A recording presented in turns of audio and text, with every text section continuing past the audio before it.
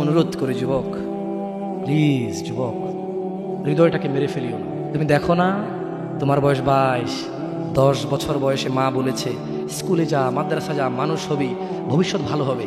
তুমি শোনোনি, cricket, football, cinema, নাটক, কোথায় বিয়ে, কোথায় গায়ে হলুদ, গান বাজনা বাজিয়ে তোমার জীবন কাটাই দিছো। যুবক দেখো, 22 বছর বয়সে তুমি মূর্খ। তোমার পাশের বন্ধু পাইলট স্কুলে পড়ে, হ্যাঁ 10টা টিউশনি পড়ায়, 30,000 টাকাও কামায়। হ্যাঁ, তুমি যাকে বিয়ের প্রস্তাব দিচ্ছ কেউ রাজি নাই, ওর জন্য 5টা ঘর আসে, ওর মা বলছে এখনো ছোট, আরো পড়াশোনা করুক, আর তুমি বিয়ের জন্য হন্য হয়ে খুঁজতেছো। কোনো রিক্সাওয়ালা তোমাকে মেয়ে দিতে রাজি? তুমি দেখো 10 বছর 15 বছর বয়সে যদি মায়ের ওই কথা মেনে নিতা, তাহলে তুমি আজকে উপকৃত থাকতাম। আমি জামশেদ মজুমদার 27 বছর বয়সে এসে তোমাকে বলছি তুমি গান বাজনা ছেড়ে দাও। ইনশাআল্লাহ 60 বছর পরে মারা গেলে, 30 বছর পরে মারা গেলে, 70 বছর পরে মারা গেলে ওই উপকৃত হবা। আর তা না হলে এই গান বাজনার সাথে তুমি তোমাকে ধ্বংস করে দিচ্ছ। যেদিন নিঃশ্বাস বন্ধ হয়ে যাবে সেদিন হলেও বুঝবা। বুঝতে তোমাকে হবেই, জমিনের উপরে বোঝো অথবা জমিনের নিচে বোঝো, বুঝতে তুমি হবে।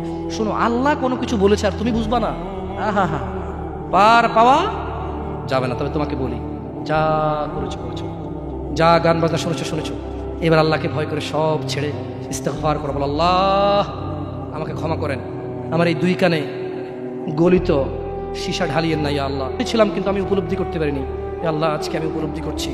আল্লাহ আমি আর কখনো বাদ্যযন্ত্র দিয়ে নিজেকে আনন্দিত করব না। এই হারাম যা আপনার এত আপনাকে রাগান্বিত করে, আমি আর কোনোদিন এই হারাম দিয়ে নিজেকে আনন্দিত করব না। আমি অনুরোধ করব, চিটাগং শহরে থাকি, বেশি দিন হয় না, তবে কারো বিয়ে হলে আর 2 দিনও ঘুম হয় না, এত পরিমাণ গান বাজনা বাজায়, আল্লাহি হৃদয় ভেঙে যায়। আল্লাহর কসম, কি দিয়ে বুঝায় আপনাকে? মন চায় মারামারি করি, মন চায় গালাগালি করি, মন চায় ঝগড়া করি, মন চায় ওর বিয়ে ভেঙে দেই, মন চায় নিজে পুলিশের ওসি হয়ে ওদের সবগুলো বন্ধ করি, মন চায় রাজনৈতিক নেতা হয়ে লাঠিছোটা নিয়ে এদেরকে পিটানো শুরু করি, মন চায় আল্লাহর থেকে অনুমতি আসুক, ওহি বন্ধ হয়ে গেছে, মন চায় আল্লাহ তুমি ওহি পাঠাও, একটাকে গলায় পাড়া দেই কতক্ষণ। মন চায় নিজেকে যদি অনেক জ্ঞানী, অনেক কিছু হতাম, কোথাও গিয়ে যদি বলতাম গান বন্ধ করো, যদি বন্ধ করে দিত, যদি এমন কিছু হতাম, কত কিছু যে মন চায়। তোমার বিবাহ তুমি রামশ্যাম যদুমধুর মতো করে ফেলেছো। যুবক, তুমি কেন কবুল পড়ে বিয়ে পড়ো? আমার তো বুঝে আসে না। বাবা, আপনি কেন আপনার ছেলেকে কবুল পড়িয়ে বিয়ে দিচ্ছেন? আমার বুঝে আসে না। ভাই, আপনি কেন আপনার মেয়েকে কবুল পড়িয়ে বিয়ে দিচ্ছেন? আমার বুঝে আসে না। আপনার মেয়ে হলুদ কাপড় পরে, মাথার মধ্যে খোপা দেয়, 3 জনে এসে দুধ খাওয়ায়, 4 জনে কোলে নিয়ে নেয়, 6 জনে গান বাজায়, 10 জনে এসে হলুদ মাখে, শুধু বুঝি মৌলবি দিয়ে কবুল পড়ালে বুঝি মুসলিমের বিয়ে হয়? শুনুন, আপনার নবী মুহাম্মদুর রাসূলুল্লাহ সাল্লাল্লাহু আলাইহি ওয়াসাল্লাম কবুলের পদ্ধতি দিয়ে গেছেন, তাই কবুল পড়ায় মুসলমানের বিয়ে মনে করেন না। কিন্তু বাকি যেগুলো করেন এগুলো কার পদ্ধতি? কার? মিথ্যা কথা বলবেন না। হুজুর ডেকে খুতবা পড়ে কবুল পড়ে বিয়ে কার পদ্ধতি? আল্লাহ নবীর। এই গান কার পদ্ধতি? কেন করতেছেন? ওটা তো আপনার বিয়ের অংশ। বিয়ে না হলে তো বাজাতেন না। বিয়েকে কেন্দ্র করে যেমন কবুল বলছেন, বিয়েকে কেন্দ্র করেই তো গানটা বাজাচ্ছেন। কয়জন নবীর উম্মত আপনি? আপনার নবীর নাম কি? আই এম আস্কিং ইউ, আপনার নবীর নাম কি? আমার নবীর নাম মুহাম্মদ রাসূলুল্লাহ সাল্লাল্লাহু আলাইহি ওয়াসাল্লাম। Who is the messenger of Allah for you? আপনার জন্য আল্লাহর নবী কে? কোন নবীর সুন্নাত পালন করলেন গান বাজিয়ে? আপনার জন্য আমার বিল্ডিংটা ভেঙে পড়বে, বলে রাখি ছাড়বো না। আল্লাহ তুমি আমার ভাইদেরকে হিদায়াত দাও ইয়া আল্লাহ, ছাড়বো না। এই যে ভূমিকম্প হলো আপনার গান বাজনা বাজানোর কারণে। মুহাম্মদ সাল্লাল্লাহু আলাইহি ওয়াসাল্লাম কি মিথ্যা কথা বলে? কারা কারা হাত তোলেন তো যে মুহাম্মদ সাল্লাল্লাহু আলাইহি ওয়াসাল্লাম জানে না, মুহাম্মদ সাল্লাল্লাহু আলাইহি ওয়াসাল্লাম জানে না, এরকম কারা কারা স্বীকার করে? আল্লাহ নবী বলেছে, যখন বাদ্যযন্ত্র বেড়ে যাবে, গায়িকারা সম্মুখে এসে নাচবে, তুমি অপেক্ষা করো, পাহাড়গুলো কেঁপে উঠবে, পৃথিবীটা নড়ে উঠবে। জালজালা ইযা যুলজিলাতিল আরদু জিলজালাহা, যখন পৃথিবী প্রবল কম্পনে প্রকম্পিত হবে। ওয়া খরাজাতিল আরদু আসকালাহা, যখন এই মাটি তার ভিতরে যা আছে একদম লাথি মেরে বের করে দেবে, লাশ হোক আর যাই হোক, মাটি বলবে যে বেরো, বের হও আমার থেকে, বের হও, আমি তোর আর কাউকে রাখবো না। ওয়াকাল আল ইনসান, মানুষ বলবে মালাহা মালাহা, পৃথিবীটা কি হলো, এই মাটির কি হলো? কেন সে কবরগুলো লাশগুলো বের করে দিচ্ছে? কেন সে স্বর্ণ মতি হীরা মানিক্য বের করে দিচ্ছে? মালাহা, এর কি হলো? কেন পাহাড় নড়ে উঠছে? কেন পাহাড় ভেঙে চূর্ণ বিচূর্ণ হয়ে যাচ্ছে? মানুষ বলবে মালাহা, পৃথিবীর কি হলো? বিআন্না রাব্বাকা আওহালাহা, পৃথিবী এটা করবে বিআন্না রাব্বাক, কারণ তোমার প্রতিপালক আওহালাহা পৃথিবীকে আদেশ করেছে। আপনি গান শোনেন, আমি শুনি না, আপনি গান বাজান, আমি বাজাই না। যখন চিটাগং নড়ে উঠলো ভূমিকম্পে, আপনার বাড়ির সাথে আমার বাড়িটা উঠছে। বন্ধ করেন এই জুলুম আমাদের উপর। আল্লাহর দিকে তাকিয়ে বন্ধ করেন, আল্লাহর দিকে তাকিয়ে বন্ধ করেন। আপনার বাড়িটা যদি ভেঙে ফেলেন, ইচ্ছা বুলডোজার ভেঙে ফেলেন, কেউ ধরবে? কেউ জিজ্ঞেস করবে আপনাকে? আপনি গান বাজনা শুনে ভাবে পৃথিবীতে বিপর্যয় নিয়ে আসতেছেন। ইত্তাকিল্লাহ হাক্কা তুকাতিহ, আল্লাহকে ভয় করুন যেভাবে ভয় করা উচিত। ইয়া শাবাব, আহলুল মুনাফিক, নামধারী কিছু মুসলমান, এদের ফাঁদে পা দিও না। তারা চায় তোমরা নেশায় মত্ত হয়ে তোমরা তোমাদের জীবনটাকে জাহান্নামে উজাড় করে দাও। তারা চায় তোমরা শয়তানের ফাঁদে পা দিয়ে তোমরা আল্লাহ দ্রোহিতা এবং রাসূল দ্রোহিতায় মেতে ওঠো। অথচ আল্লাহ চায় তোমরা সফলতার দিকে আসো, আল্লাহ চায় তোমরা আল্লাহর ক্ষমার দিকে আসো, তোমরা সফল হও, আল্লাহ চায়। আল্লাহ সুবহানাহু ওয়া তাআলা বলেন, ইয়া আইয়ুহাল্লাযীনা আমানু ইন্নামাল খামরু ওয়াল মাইসির ওয়াল আনসাব ওয়াল আজলাম রিজসুম মিন আমালিশ শাইতান ফাজতানিবুহু লাআল্লাকুম তুফলিহুন। হে তোমরা যারা ঈমান এনেছো, মদ, জুয়া, মূর্তি পূজার ব্যাধি ও ভাগ্য নির্ণয় গণকের কাছে যাওয়া শিরক, গণকের কাছে যাওয়া শিরক। ভাগ্য নির্ণয় করার শর্ত কেবল ঘৃণার বস্তু, শয়তানের কাজ, কাজেই তোমরা সেগুলো বর্জন করো। ফাজতানিবু, কাজেই তোমরা সেগুলো বর্জন করো। ইয়া শাবাব, হে মানুষ, তোমরা মদ, জুয়া, গান, বাজনা, ভাগ্য নির্ণয় করে এরকম জিনিস থেকে বেঁচে থাকো। আল্লাহ বলছেন যে রিজসুম মিন আমালিশ শায়তান, এগুলো শয়তানের কাজ, এগুলো ইবলিসের কাজ। ফাজতানিবু, আল্লাহ বলছে হে আমার বান্দারা, ফাজতানিবু, এগুলো থেকে বেঁচে থাকো। কেন? লাআল্লাকুম তুফলিহুন, যাতে তোমরা জিতে যাও, যাতে তোমরা সফল হও, যাতে তোমরা জান্নাতি হও, যাতে তোমরা ভয়াবহ আগুন থেকে বেঁচে যাও। জাহান্নামের আগুন কি? নাযাআতাল লিশশাওয়া, চামড়া খসে দেবে, এটা হচ্ছে জাহান্নামের আগুন। জাহান্নামের আগুন থেকে বাঁচার দরকার আছে না নাই? এইভাবে এলোমেলো চলাফেরায়, শুক্রবারের নামাজে গিয়ে বাকিও সব বাদ দিয়ে নামাজও পড়বো, শুধু খাবো।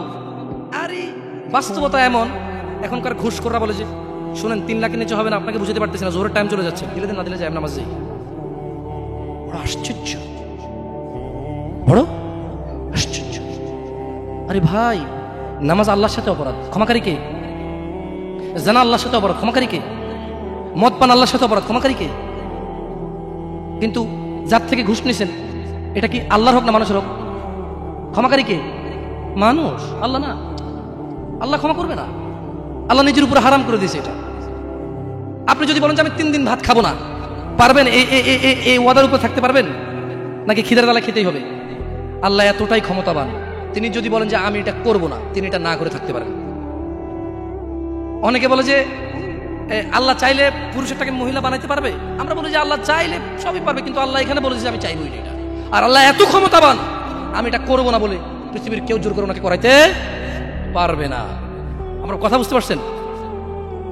এই জন্য মানুষের হক যে নিচ্ছেন আপনারা, আল্লাহ ক্ষমা করবে না। তো প্রশ্ন, আল্লাহ এত ক্ষমতাবান, আল্লাহ ক্ষমার মালিক না আল্লাহ? আল্লাহ এই ক্ষমতাটা তার বান্দাকে ভালোবেসে দিয়ে দিছে। হ্যাঁ বান্দা নে, তোকে দিয়ে দিলাম ইখতিয়ার, আমি আল্লাহ মিথ্যা কথা বলি না। তোর হক যে খাবে, তুই মাফ করলে সে মাফ পাবে, আমি মাফ করবো না। আমি দাখিলি দিব না জায়গায়, কি করবে না? আমি না কি গলাবো না। লা ইলাহা ইল্লাল্লাহ, সুবহানাহু, তিনি পবিত্র। তো তারা চায় তোমরা মদ, জুয়া, নেশায় ব্যতিব্যস্ত হয়ে থাকো। নামধারী মুসলিমরা চায়, মুনাফিকরা চায় এটা। কাফেরদের দোষ দিয়ে লাভ নাই, 90% মুসলমান দেশ, আপনারাই তো বলেন। তা কাফের কি করে? এখানে মদের আড্ডার মালিক মুসলমান, এখানে গানের আড্ডার মালিক মুসলমান, এখানে ডিস কেবলের মালিক মুসলমান, এখানে মানুষ মারে মুসলমানের কথা, এখানে মানুষ বাঁচায় মুসলমানের কথা, এখানে দুজনে যায় উঠা নিয়ে চলে আসে কাউকে মুসলমানের কথায়, মুসলমানের বাড়ির নিচে মসজিদ, মুসলমানের দোকানের উপরে মসজিদ, মুসলমানের ঘরের পাশে মসজিদ। মুসলমান নামাজ আসে না, কাফের দোষ দিবেন কিভাবে আপনি? সবই তো মুসলমান। তো এরা কি মুসলমান না মুনাফিক? এরা মিথ্যাবাদী। কি আপনার মনে কষ্ট নিচ্ছেন যে আমাদেরকে গালি দিয়ে গেল? ওয়াল্লাহি ওয়াল্লাহি ভুল বুঝিয়েন না। আমি এই কথাগুলো বলে বুঝাতে চাচ্ছি, আপনি যে নামাজ পড়েন না, এটা ছাড়া বিকল্প নাই। আমি বলি না যে আপনি খারাপ জাহান্নামে চলে যাবেন, না। আপনার মালিক কে? তিনি যদি আপনাকে জান্নাত দেয় ক্ষমা করে, কেউ ঠেকাইতে পারবে? কিন্তু মনে রাখবেন, তিনি মিথ্যা কথা বলেন না। তিনি বলে দিয়েছে তিনি কাদেরকে জান্নাত দেবে। উনি পৃথিবী পরিচালনা করেন একটা নিয়ম শৃঙ্খলায়। কিভাবে? একটা নিয়ম শৃঙ্খলায়। বুঝে আসছে না? আসে নাকি? যাই হোক, ইবনে আব্বাস রাদিয়াল্লাহু আনহুমার বর্ণনায় রাসূল সাল্লাল্লাহু আলাইহি সাল্লাম বলেন, আল্লাহ তাআলা মদ, জুয়া, তবলা, সারেঙ্গি হারাম করেছেন। তিনি আরো বলেন, নেশাগ্রস্ত করে এমন প্রত্যেক বস্তু হারাম। মুসনাদে আহমদ ও আবু দাউদ এসেছে।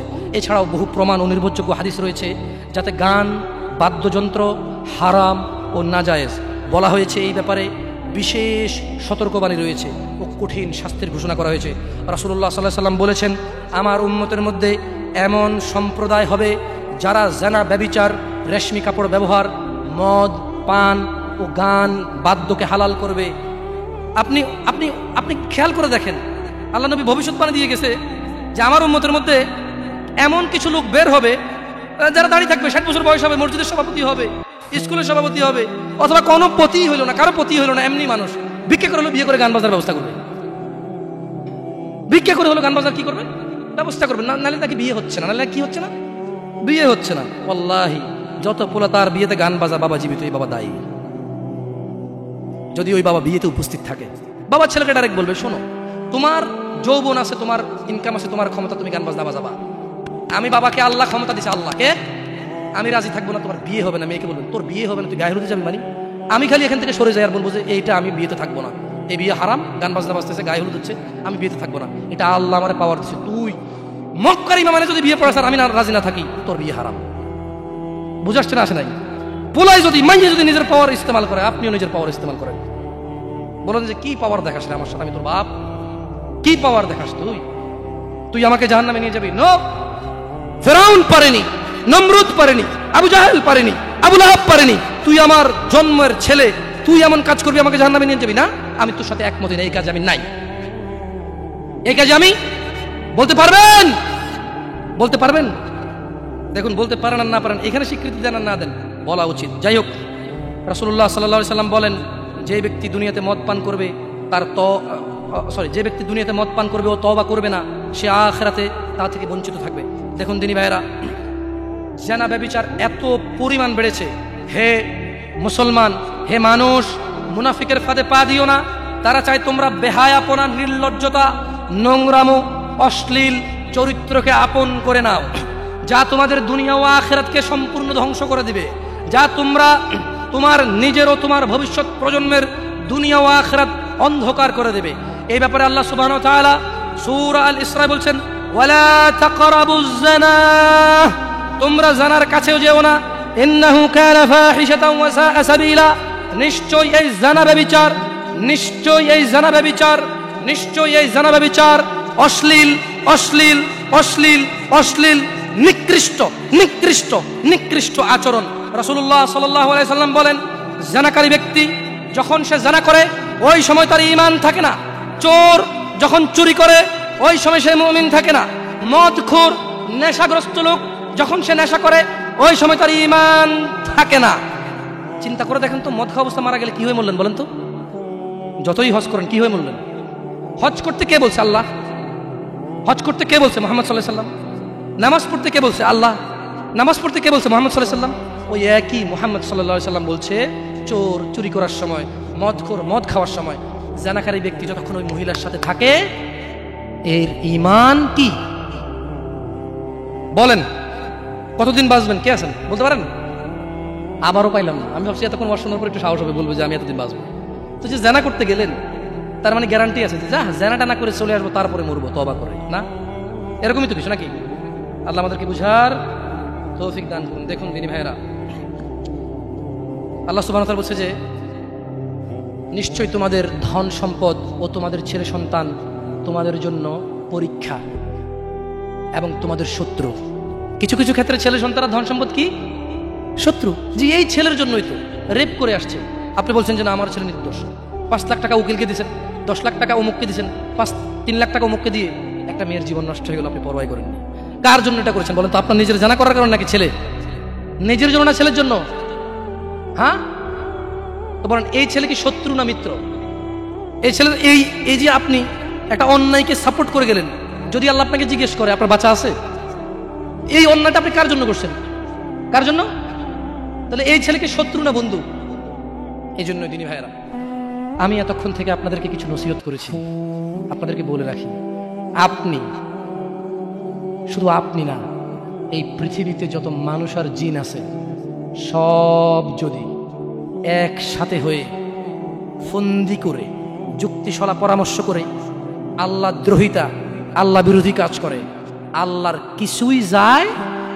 জোরে বলতো, আল্লাহর কিছুই যায়?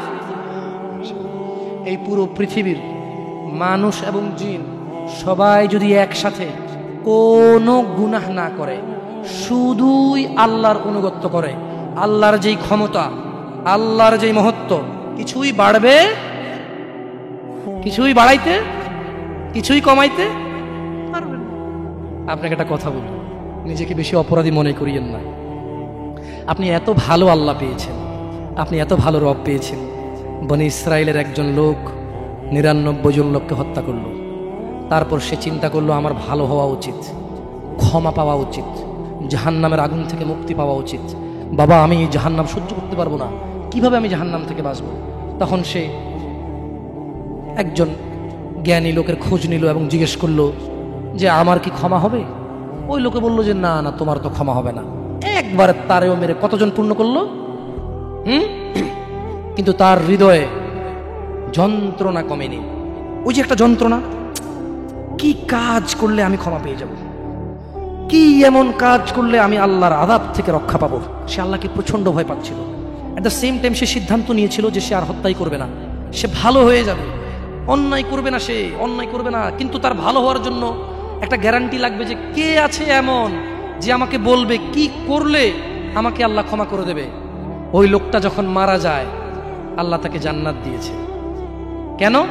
সে ভালো হওয়ার ইচ্ছা পোষণ করেছে। আপনিও ভালো হওয়ার ইচ্ছা পোষণ করেন, করবেন তো ইনশাআল্লাহ। আর ভালো কখন হতে হবে? কালকে? কালকে কখন থেকে ভালো হতে হবে? না বিয়ের পরে। ভালো কখন থেকে হতে হবে? না চাকরির পরে। ভালো কখন থেকে হতে হবে? একটু দাঁড়ি টাড়ি পাকার পরে, নাকি এখন থেকে? একটু নিজেকে প্রশ্ন করিয়েন, যখন বলবেন কালকে থেকে ভালো হয়ে যাব, মহা অন্যায় কথা। মানে আপনি নিশ্চিত গ্যারান্টি দিয়েছেন আপনি কালকে পর্যন্ত বাঁচবেন। এটা কত জঘন্যতম কথা না? আল্লাহ আমাদেরকে বোঝার তৌফিক দান করুন। দিনী ভাইরা, একটা হাদিসে কুদসি শুনিয়ে চলে যাবেন ইনশাআল্লাহ তাআলা। বক্তা এসে গেছেন মাশাআল্লাহ আলাইহি, আল্লাহ ইয়াহফাযহু ওয়া ইয়াহফাযকুম। আল্লাহ সুবহানাহু ওয়া তাআলা ফেরেশতাদেরকে ডেকে বললেন। কাকে? কাকে ডেকে বললেন? ফেরেশতাকে। যে হে ফেরেশতারা, আমার কোনো বান্দা সে যদি গুনাহ করার ইচ্ছা করে, কি করার ইচ্ছা? তুমি লেখিও না।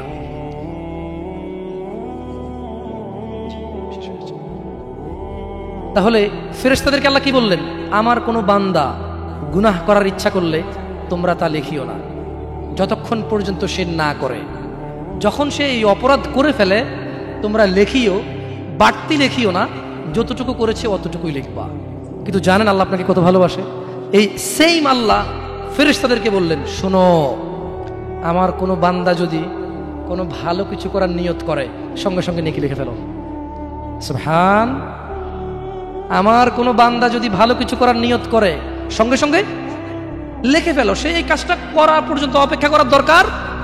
সে নিয়ত করছে এটা করবে, মাদ্রাসা দান করবে, মাহফিলে দান করবে, মসজিদে দান করবে, সিগারেট ছেড়ে দেবে, এখন থেকে ছেড়ে দিছে, প্রতিজ্ঞা নিছে, এখন থেকে মদ খাওয়া ছেড়ে দিছে, এই এখন এই মাহফিলে প্রতিজ্ঞা নিছে, ইনশাআল্লাহ তাআলা ফজরে আমার যা হয় হয়, মসজিদ আমার চেহারা দেখবে, আমি মসজিদের চেহারা দেখব।